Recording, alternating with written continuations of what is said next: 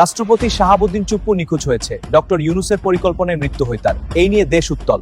দর্শক দেখতে পাচ্ছেন এই মুহূর্তে রাজপথ উত্তাল। রাষ্ট্রপতি নিখোঁজ হওয়ার পর সাধারণ জনতা রাজপথে নেমেছে। তারেক রহমান এবং ডক্টর ইউনূসের বিরুদ্ধে সবাই অ্যাকশন নিচ্ছে। এদিকে এবার রাষ্ট্রপতি পদের লোভে ডক্টর ইউনূস রাষ্ট্রপতি শাহাবুদ্দিন চুপ্পুকে নিখোঁজ করেছে।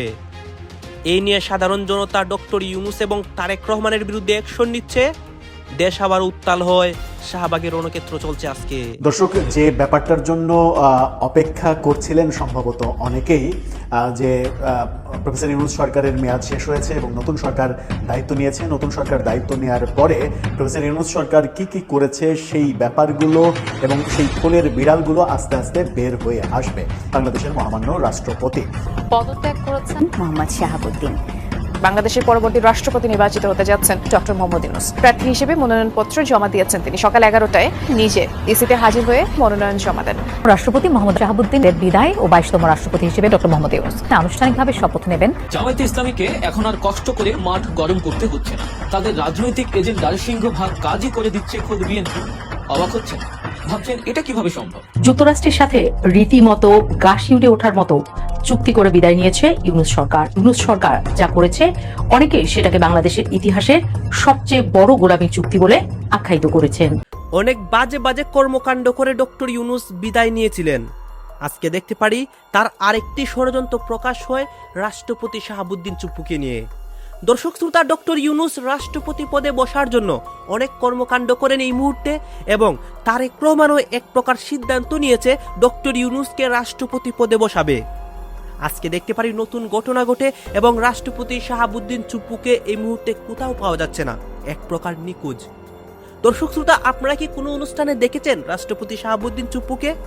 তাকে কোথাও দেখা যাচ্ছে না, এবং এই নিয়ে এই মুহূর্তে দেশের প্রত্যেকটা জনতা রাজপথে নেমেছে এবং অনেক কথা বলতেছে।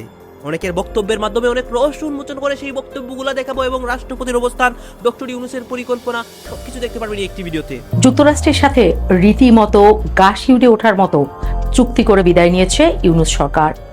নির্বাচনী ডামাডোলের মধ্যে গত 9 ডিসেম্বর ইউনূস সরকার যা করেছে অনেকে সেটাকে বাংলাদেশের ইতিহাসের সবচেয়ে বড় গোলামী চুক্তি বলে আখ্যায়িত করেছেন। এই চুক্তি নিয়ে নানানজন নানা কথা বলছেন, কিন্তু প্রায় সবারই মত সর্বনাশা চুক্তি করে গেছে ইউনূস সরকার।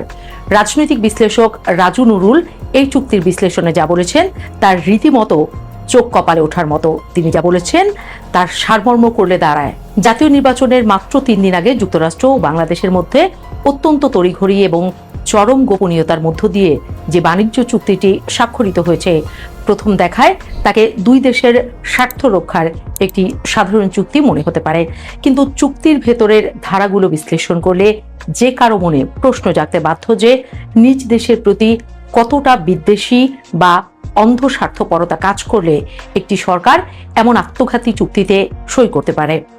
এই চুক্তির মাধ্যমে কার্যত বাংলাদেশের অর্থনীতি, বাণিজ্য, কৃষি এবং পররাষ্ট্রনীতির উপর যুক্তরাষ্ট্রের নিরঙ্কুশ আধিপত্য প্রতিষ্ঠার আইনি বন্দোবস্ত করা হয়েছে বলেও মত দিচ্ছেন বিশ্লেষকরা। তাদের মতে এটি কেবল একটি বাণিজ্যিক বোঝাপড়া তো নয়ই, উল্টো একটি স্বাধীন রাষ্ট্রের সার্বভৌম অধিকার স্বেচ্ছায় অন্যের হাতে তুলে দেওয়ার এক ভয়াবহ দলিল। বিশ্লেষকদের মতে চুক্তিটি কার্যকর হলে বাংলাদেশ একদিকে যেমন বিশাল অঙ্কের রাজস্ব হারাবে, অন্যদিকে দেশীয় শিল্প পড়বে চরম হুমকিতে। চুক্তি অনুযায়ী যুক্তরাষ্ট্র থেকে আসা 4,500-এর বেশি পণ্যের উপর বাংলাদেশকে শুল্ক কমাতে হবে, অথবা জামায়াতে ইসলামীকে এখন আর কষ্ট করে মাঠ গরম করতে হচ্ছে না। তাদের রাজনৈতিক এজেন্ডার সিংহভাগ কাজই করে দিচ্ছে খোদ বিএনপি। অবাক হচ্ছেন? ভাবছেন এটা কিভাবে সম্ভব? দুই দল দুই মেরুর না হলেও তাদের রাজনৈতিক স্বার্থ তো ভিন্ন। তাহলে কেন বিএনপি নিজের কাজ ফেলে জামায়াতের কাজ করে দেবে? সমীকরণটা আসলে এত সহজ নয়, আবার খুব কঠিনও নয়। রাজনীতির দাবার বোর্ডে এমন এক চাল চেলেছে জামায়াত, যেখানে বিএনপি এখন অনেকটা বাধ্য হয়েই জামায়াতের দেখানো পথে হাঁটছে। আজকের ভিডিওতে আমরা বিশ্লেষণ করব সেই অদৃশ্য ফাঁদটি, যেখানে পা দিয়ে বিএনপি এখন জামায়াতের ঠিক করে দেয়া মানদণ্ড অনুযায়ী রাজনীতি করতে বাধ্য হচ্ছে। কিভাবে জামায়াতের নেতারা সংসদে না গিয়েও বা ক্ষমতায় না থেকেও রাষ্ট্র পরিচালনার এক বিশাল প্রভাব বিস্তার করছেন এবং বিএনপিকে দিয়ে নিজেদের কাজ করিয়ে নিচ্ছেন, সেটি আজকের আলোচনার মূল বিষয়। শুরুতেই ফাহাম আব্দুস সালামের একটি চমৎকার পর্যবেক্ষণের দিকে নজর দেওয়া যাক। নির্বাচনের পরপরই তিনি বলেছিলেন বিএনপির ভাগ্য আসলে খুব ভালো। কেন জানেন? কারণ তারা বিরোধী দল হিসেবে আওয়ামী লীগকে পায়নি, পেয়েছে জামায়াতকে। ভাবুন তো, যদি আওয়ামী লীগ বিরোধী দলে থাকতো তবে জ্বালাও পোড়াও আর সহিংসতায় বিএনপির পক্ষে রাষ্ট্র চালানো বা রাজনীতি করা কতটা কঠিন হতো। কিন্তু জামায়াত সে পথে হাঁটেনি বা হাঁটবেও না। তারা এমন এক বিরোধী দলের ভূমিকা পালন করছে যারা শিক্ষিত, ভদ্র এবং আধুনিক। তারা বিএনপিকে কোনো অযথা ঝামেলায় ফেলছে না। কিন্তু মুদ্রার উল্টো পিঠটা কি আমরা ভেবে দেখেছি?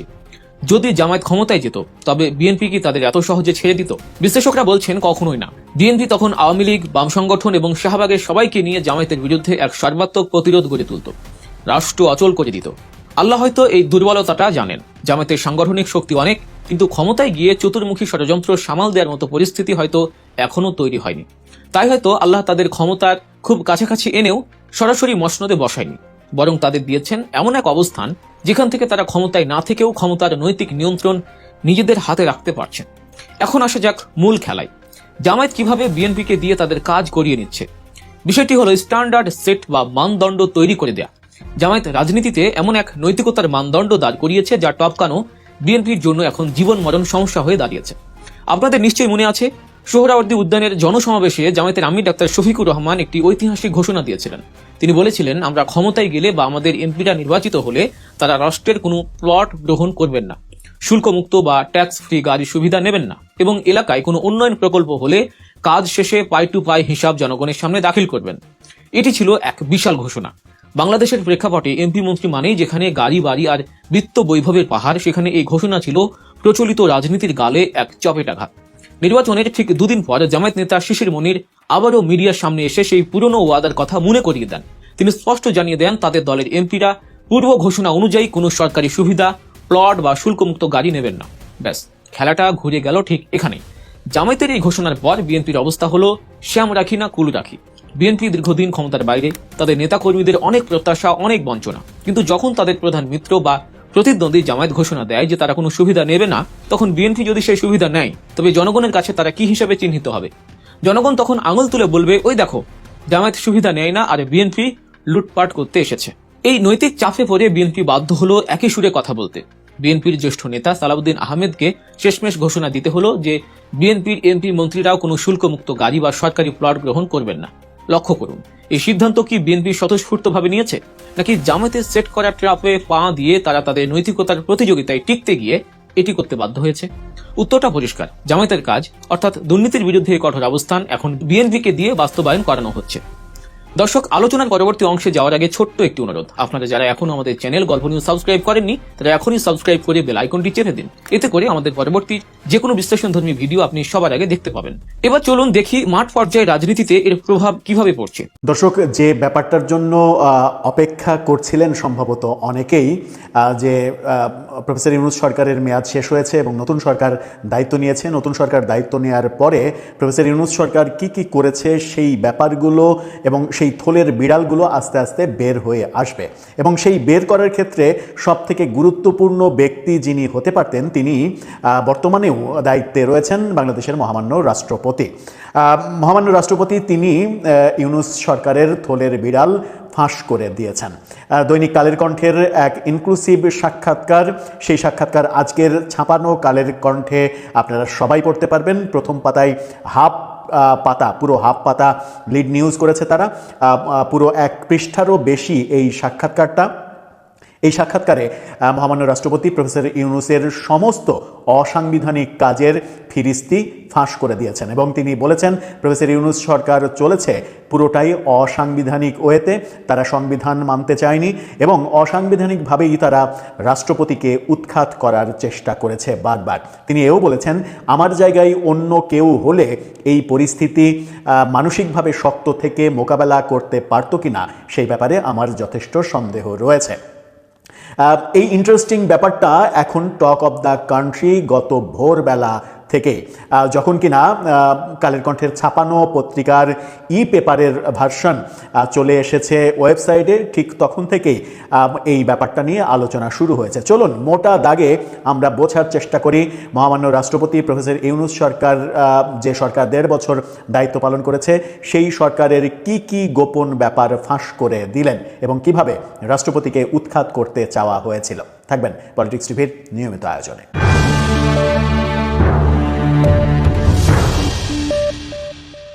দর্শক, বলছিলাম কালের কণ্ঠের ইনক্লুসিভ সাক্ষাৎকারের কথা। মহামান্য রাষ্ট্রপতির সাক্ষাৎকার প্রকাশ করছে কালের কণ্ঠ। আজকের ছাপা পত্রিকাতেই আপনারা সেটা পড়ে নিতে পারেন পুরোটা চাইলে। তাকে প্রথম প্রশ্ন করা হয়েছিল, কেমন আছেন মহামান্য? তিনি বলেছেন, সপ্তাহখানেক ধরে ভালো আছি। তার মানে এই এক সপ্তাহের আগের দিন, সেই সময়টা অর্থাৎ তার আগের যে 1.5 বছর, সেই 1.5 বছর তিনি ভালো ছিলেন না। তিনি অকপটে স্বীকার করেছেন তাকে উৎখাত করার বহু নাটক তৈরি করা হয়েছে। বঙ্গভবনের সামনে বিভিন্ন ব্যানার সম্বলিত যে সকল আন্দোলন দানা বেঁধে উঠেছে, সেগুলো সব একই গ্রুপ বিভিন্ন গ্রুপে বিভক্ত হয়ে বিভিন্ন ব্যানার তৈরি করে এখানে এসে একটা নাটক তৈরি করেছে। এবং এই পুরো নাটকটা প্রফেসর ইউনূসের সাজানো নাটক, এবং তারা তাদেরই লোক, একটা গোষ্ঠীর লোক। তিনি স্পষ্ট করে বলেছেন যে, একেবারে স্পেসিফিক তিনি বলেছেন যে একটা মেয়ে কাঁটাতারের বেড়া ওখানে লাফ দিতে গিয়ে পড়ে গিয়ে তারপরে নিজেই সাংবাদিকদের ডাকছে, আমাকে মারা হলো, আসেন ছবি তোলেন। মানে পুরোটাই নাটক মঞ্চস্থ করা হলো। তারপরে আর্মি সেখান থেকে তাকে তুলে আর্মির জিপে তুলে নিয়ে চলে গেল। এভাবে একেবারে পুঙ্খানুপুঙ্খ বর্ণনা দেওয়ার চেষ্টা করেছেন। তিনি বলেছেন বঙ্গভবনের চতুর্দিক থেকে বঙ্গভবনে আক্রমণের চেষ্টা করা হয়েছে। সেই সময় সেনাবাহিনী, 3 বাহিনী তারা যথেষ্ট প্রফেশনাল মোডে এই ব্যাপারটা মোকাবেলা করেছে এবং 3 বাহিনীর প্রশংসা করেছেন, 3 বাহিনীর প্রধানের প্রশংসা করেছেন। তারা বারবার বলেছেন যে, স্যার, আমরা কোনোভাবেই অসাংবিধানিক কিছু হতে দেব না।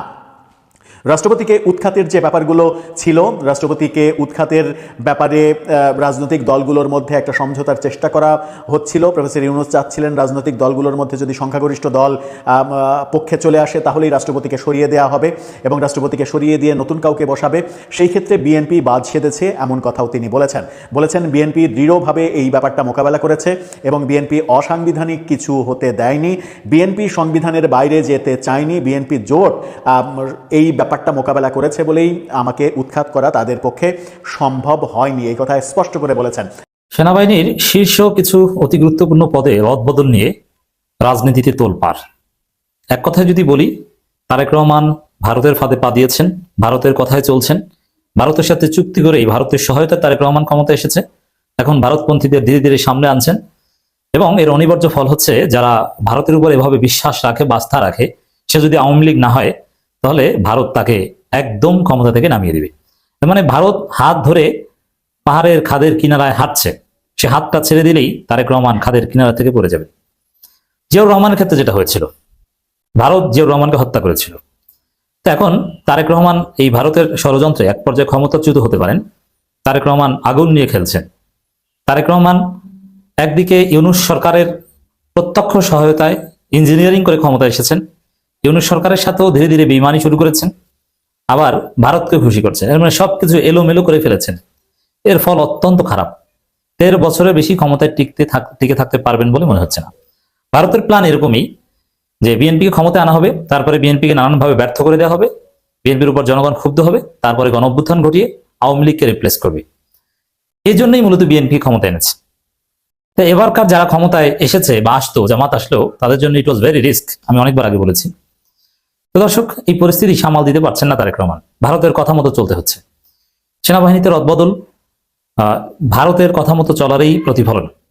এটা সুস্পষ্টভাবে ভারতপন্থীদেরকে অতি গুরুত্বপূর্ণ পদ দিচ্ছেন এবং ভারত বিরোধীদের, ভারতের আধিপত্যবাদের বিরুদ্ধে বা ইউনূসের আমলে যারা ইউনূসকে ভারতের বলয় থেকে বা আওয়ামী বলয় থেকে, এটা অনিবার্য, এটা খুব স্বাভাবিক যে আওয়ামী লীগের বিরুদ্ধে, যে ভারতের বিরুদ্ধে আমাদের 5 আগস্ট বিপ্লব হয়েছিল, সেই বলয় থেকে বাংলাদেশকে বের করে এনে একটা স্বাধীন পররাষ্ট্র নীতিতে সহায়তা করবে, এটা একদম স্বাভাবিক। তো এই কাজে যারা ইউনূসকে হেল্প করেছিলেন তাদেরকে কার্যত ডাম্পিং স্টেশনে পাঠানো হচ্ছে, মানে ধৈর্য বানিয়ে দেওয়া হচ্ছে। আর ভারতে যারা এতদিন ট্রেনিং প্রাপ্ত ছিল ডিপ্লোম্যাটিক দায়িত্ব পালনের নামে, তাদেরকে এনে এখন অতি গুরুত্বপূর্ণ পদ দিচ্ছেন। খুব নিকট ভবিষ্যতে সম্ভবত আর 1.5 বছরের মধ্যে পররাষ্ট্র সেনাবাহিনী প্রধান বানাবেন কাকে, এটা আজকে ঠিক করা হয়েছে। এবং এই যে খবর, আমি বিস্তারিত আসি, যে সেনাবাহিনীর শীর্ষ পদে রদবদল, এই রদবদল হয়েছে এবং কাছাকাছি সময়ে ভারতের বাংলাদেশে নিযুক্ত হাই কমিশনার প্রণয় ভার্মার সাথে পররাষ্ট্রমন্ত্রী খলিলুর রহমানের বৈঠক অনুষ্ঠিত হয়েছে। এর মানে এটা কিন্তু বোঝা যায় যে কিভাবে কি হয়েছে। তো দর্শক, এই রদবদলের মধ্য দিয়ে একটা বিষয় স্পষ্ট, যে ভারতের সহায়তায় বিএনপি ক্ষমতা এসেছে। দেখেন, আওয়ামী লীগের ভোট বিএনপি পেয়েছে, এটা তো একদম দিবালোকের ন্যায় স্পষ্ট, এটা বিএনপিও স্বীকার করে। যার ফলে আওয়ামী লীগের অফিস খুলতে দিচ্ছে বিএনপি সরকার এবং আওয়ামী লীগের নেতারা রাতের আধারে মন্ত্রীদের কাছে ফুল নিয়ে যাচ্ছে, এই খবরও কিন্তু এসছে। এবং আওয়ামী লীগের হাইকমান্ড তাদের সব পর্যায়ে নির্দেশনা দিয়ে দিয়েছে যে তারেক রহমান বিএনপির বিরুদ্ধে কিছু বলবে না। কেন বলবে না? যে ডিল হয়েছে। এখন কি মনে করেন, জাস্ট তারেক রহমান কিংবা গোপালগঞ্জের কিছু আওয়ামী লীগ নেতাদের সাথে বিএনপির কিছু নেতার বৈঠক হয়েছে, এতেই কি ডিল হয়েছে? না, এই ডিলটা হয়েছে মূলত ভারতের মাধ্যমে। আওয়ামী লীগ কম চালাক না, বিএনপি বলবে আর তাতে বিএনপিকে ভোট দিয়ে দিবে, আওয়ামী লীগ এত সরল না। ভারত বলেছে যে বিএনপিকে ভোট দাও, ও বিএনপিকে লাথি দিয়ে কিভাবে সরাতে হয় আমি দেখবো, ভোট দিয়ে ক্ষমতা আনো, তারপরে বোঝা যাবে। তো ভারত বলেছে বলে আওয়ামী লীগের নেতারা ভারত থেকে বিএনপির স্থানীয় নেতাদের নির্দেশ দিয়েছে যে তোমরা ধানের শীষে ভোট দাও এবং না ভোট দিয়ে আসো। সেই ভোটেই বিএনপি কিন্তু সরকার গঠন করতে পেরেছে, নইলে পারতো না। এখন এই যে ভারতের মধ্যস্থতা ডিল হয়েছে, তার প্রমাণ দেখতে পাচ্ছি যে ভারতপন্থীদের সামনে আছে। মনে রাখবেন যে জিয়াউর রহমানের রক্ত যে তারেক রহমানের শরীরে, ভারত তাকে চূড়ান্তভাবে বিশ্বাস করবে না, তাকে সরিয়ে দিতে চাইবে। তারেক রহমানের পাশে আছি আমরা এক্ষেত্রে। তিনি ভুল করছেন। দেখেন, এখানে তারেক রহমানকে আমি গালি দিব না কিংবা সমালোচনা করবো না, কারণ তারেক রহমান এখানে অসহায় এবং নিরুপায়। দেখেন, ডক্টর খলিলুর রহমানকে পররাষ্ট্রমন্ত্রী বানিয়েছে, কি মনে করেন? কথা হচ্ছে অনেকেই কিন্তু অনেক কথা বলতেছে, অনেকে আলোচনা করতেছে, অনেকে সমালোচনা করতেছে। বিশেষ করে আমরা এখানে দেখতে পাচ্ছি দেশের রাজনীতির প্রেক্ষাপট নিয়ে কথা হয় এবং রাষ্ট্রপতির বিষয়ে কথা হয় বা ডক্টর ইউনূসের বিভিন্ন কর্মকাণ্ড বা কার্যক্রম এগুলো নিয়ে কথা হয়। এই বিষয়গুলো দেখে এবং দেশের রাজনীতির প্রেক্ষাপটগুলো নিয়ে আপনাদের মন্তব্য কি? আপনাদের গুরুত্বপূর্ণ মন্তব্যটা অবশ্যই আপনারা আমাদের কমেন্ট বক্সে লিখে যাবেন। সর্বশেষ আপনাদের কাছে আমাদের একটা রিকোয়েস্ট থাকবে, আপনারা আমাদের চ্যানেলে নতুন দর্শক হয়ে থাকলে চ্যানেলটি সাবস্ক্রাইব করবেন এবং পাশে থাকা বেল বাটনটি বাজাবেন যাতে করে নেক্সট ভিডিওটা সবার আগে আপনাদের কাছে পৌঁছে যায়। ধন্যবাদ।